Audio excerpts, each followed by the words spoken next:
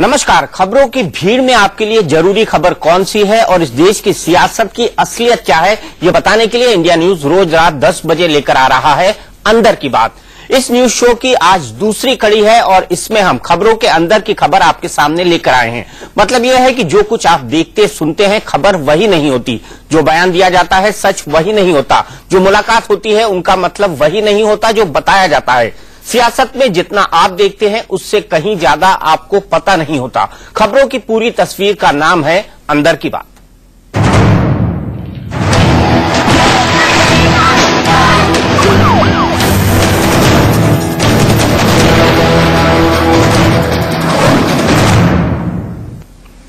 बटला house encounter में शहीद हुए दिल्ली पुलिस के अफसर मोहन चंद्र शर्मा को गोली शहजाद ने ही मारी थी। दिल्ली के कोर्ट ने इस बात पर आज मुहर लगा दी। शहजाद के बचाव में जो दलीलें दी गई और जिनकी आड़ में पिछले 5 साल से सियासी रोटियां सेकी जाती रही, वो कोर्ट में औंधे मुंह गिर गई।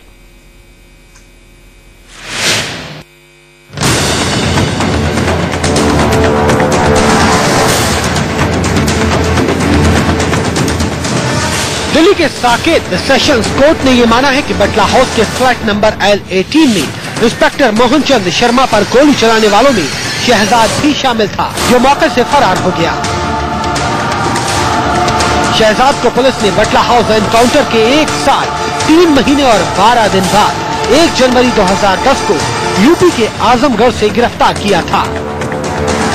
जजमेंट हमने अभी पढ़ा नहीं है। जजमेंट में बस इतना बताया गया है that he has been convicted on all accounts. Shehzad has been convicted on all accounts. So as JTSA, Jamia Teachers Solidarity Association, और हम लोग बाटला हाउस के लिए एनकाउंटर के खिलाफ जो फाइट कर रहे हैं, हम लोग बहुत डिसअपॉइंटेड है।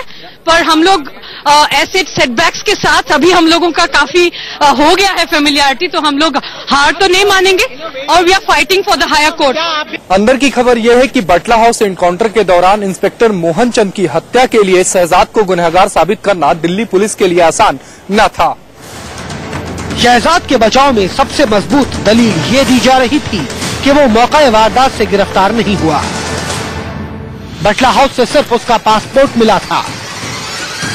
गिरफ्तारी के बाद भी पुलिस शहजाद से पिस्टल बरामद नहीं कर पाई। साथ ही बैलिस्टिक रिपोर्ट में ये कहा गया था कि इंस्पेक्टर शर्मा को जो गोलियां लगी वो मौके से बरामद हथियार से चलाई गई थी। लेकिन शहजाद के वकील की दलीलों पर पुलिस के गवाह और सबूत भारी पड़े। एनकाउंटर के चश्मदीद पुलिस वालों का दावा था कि शहजाद इंस्पेक्टर शर्मा पर गोली चलाने के बाद पिस्टल लेकर भाग गया था। गिरफ्तारी के बाद उसने कबूल किया था कि उसने पिस्टल गंग नहर में फेंक दिया था और उसके फोन कॉल के रिकॉर्ड से ये बात भी साबित हो गई कि शहजाद के खिलाफ जो सबूत है वो उसे दोषी ठहराने के लिए काफी है। अब शहजाद के गुनाह की क्या सजा होगी, इसका फैसला 29 जुलाई को होगा। आशीष Sinha, Delhi, India news.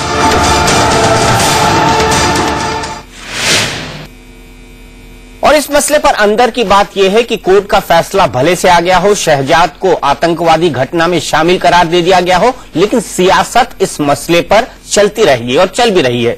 Court के फैसले के बाद शहजाद के वकील ने इसे ऊपरी अदालत में चुनौती देने की बात कही है, जबकि शहीद मोहन चंद्र शर्मा के परिवार ने कहा कि आज उनके दिल को सुकून मिला है। लेकिन हैरत की बात यह है कि कांग्रेस के ही 2 दिग्गज नेता वित्त मंत्री पी चिदम्बरम और कांग्रेस महासचिव दिग्विजय सिंह इस मामले पर आमने सामने आ गए हैं।